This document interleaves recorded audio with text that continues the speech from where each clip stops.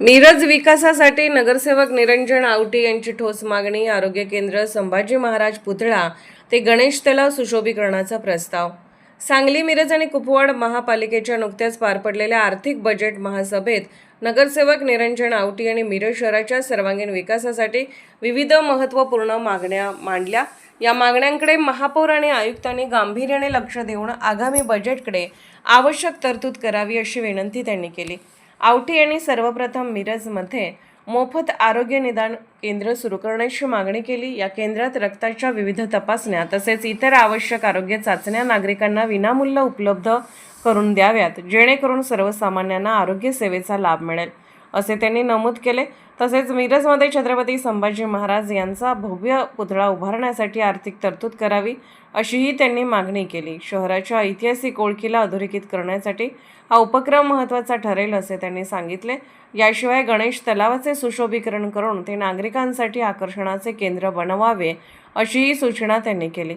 मिरज ही ऐतिहासिक नगरी असून तिला पूर्वी भुईकोट किल्ला म्हणून ओळखले जात असे. या वारशाचे जतन करण्यासाठी शहरात संग्रहालयात उभारण्याची गरज त्यांनी व्यक्त केली. शेवटी मिरजेतील न्यू इंग्लिश स्कूल मैदान परिसरातील आरक्षित खेळाच्या मैदानात विकासासाठी निधी देऊन त्याचे आधुनिकीकरण करावे अशी मागणीही त्यांनी मांडली. भारतीय जनता पार्टीचं करतो, कारण की भारतीय जनता पार्टीनं पदाधिकारी देत असताना सगळे यश प्रगट केलेले आहेत. म्हणजे अतुलजी माने असतील, आपले महापौर साहेब असतील आणि भारतीय जनता पार्टीच्याच माध्यमातून राष्ट्रवादी पण आपल्या सोबत आहे. आणि सगळ्यांच्या विचार विनिमयानं अतुलदारांनी सांगितलं तसं क्रीडापटू प्रत्येक खेळात जे अग्रेसर असतात ते महबूब साहेब, आणि या सगळ्याला मान्यता देण्यासाठी विशेष अभिनंदन मी करतो काँग्रेसवाल्यांचं, कारण की त्यांनी सगळ्यात निवडी बिनविरोध करण्याचा निर्णय घेतला. त्या सगळ्यांचं मत होते की शहराचा विकास झाला पाहिजे. आणि मी आयुक्त साहेब किंवा महापौर साहेबांना विनंती करतो की माने साहेबांनी बजेट अतिशय चांगलं मांडलं, पण अनेक सदस्यांची भावना आहे, आयुक्त साहेब आपण अतिशय चांगलं काम करताय, आपण अतिशय चांगली गाडी बसवत आहे, पण महापौर साहेब बजेट सादर केल्याच्या नंतर अपेक्षा एवढी आहे जी मान्य आपण आता सभापतीने केली त्या झाल्याच पाहिजे.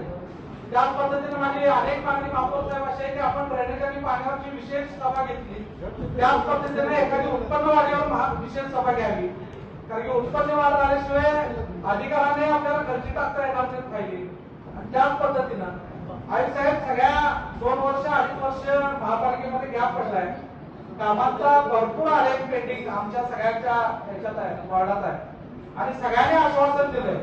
म्हणजे मी किंवा महापौर किंवा स्थायी समिती असं म्हणून नाही, 78च्या 78 नगरसेवकांनी जनतेला आश्वासन दिलंय. जनतेला असं सांगितलं होतं की निवडून आल्यानंतर आम्ही हे काम करू ते काम करू, आणि त्यामुळे प्रशासन पण फ्लेक्सिबल राहून महापालिकेच्या प्रत्येक सदस्याला मॅक्सिमम निधी कसा देता येईल, शासनाच्या माध्यमातून निधी सगळे गटनेते पदाधिकारी आणतील, पण महापालिकेच्या माध्यमातून आपण विशेष बाब म्हणून यावर्षी तरी, कारण की बरेच लोकांची कामं पेंडिंग आहेत आणि ते द्यावं. त्याच पद्धतीनं सूचना, म्हणजे तुम्ही आता पुढच्या महासभेला सूचना घेणार आहे का आताच तुम्हाला सूचना करायची काय करते काय वाढ करत असताना एक प्रामुख्यानं महत्वाची बरेच वर्षाची आमची मागणी आहे ती पेंडिंग आहे की सांगलीमध्ये जसं मोफत निदान केंद्र आहे जिथं विविध तपासण्या होतात रक्ताच्या किंवा वेगवेगळ्या पद्धतीच्या, ते अतिशय कारण की मिरज हे मेडिकल हाऊस म्हणून महाराष्ट्रात ओळखलं जातं. गोरगरीब बऱ्याच काळातून तिथं लोक येत असतात, आणि आमची विनंती राहील की ज्या पद्धतीनं सांगलेलं आहे त्या पद्धतीनं तसं केंद्र एखादं मिरजेमध्ये आपण करावं. त्याच पद्धतीनं मिरज हे छत्रपती संभाजी महाराजांच्या पदस्पर्शानं पावन झालेलं शहर भुईकोट किल्ला म्हणून ओळखला जातो. ज्या पद्धतीनं सांगलीमध्ये एखादं संग्रहालय आहे की मला माहिती नाही, पण मिरजेमध्ये माहिती नाही आहे. ओके, त्याच पद्धतीनं मिरज शहरामध्ये मिरजेचा इतिहास दर्शवणारे एखादा संग्रहालय उभं राहावं, त्याच्यासाठी तरतूद आपण करावी. छत्रपती संभाजी महाराजांचा पुतळा सांगलीमध्ये बसवण्यासाठी आपण जसं महत्वाकांक्षी आहात तसंच सगळेच सदस्य मिरजेमध्ये छत्रपती संभाजी महाराजांचा पुतळा बसवण्यासाठी महत्वाकांक्षी आहात. त्याच पद्धतीनं सांगलीला जी तरतूद आहे त्या पद्धतीने मिरजेला आपण पुतळ्यासाठी तरतूद करावी. आणि पर्यटकांच्या दृष्टीनं आई साहेब मला सांगलीमध्ये पण कार्यक्रम आणि मिरजेच्या कणीचं सुशोभीकरण चालू आहे. पण मिरजेचा गणेश तलाव हा अतिशय ऐतिहासिक मानला जातो. अनेक ठिकाणी मध्यवर्ती ठिकाणी तलाव असणारे एकमेव शहर आहे अनेक महापालिकेचा विचार केला तर, आणि त्यामुळे त्याच्या सुशोभीकरणासाठी पण आपण काहीतरी तरतूद करावी एवढी मी विनंती करतो.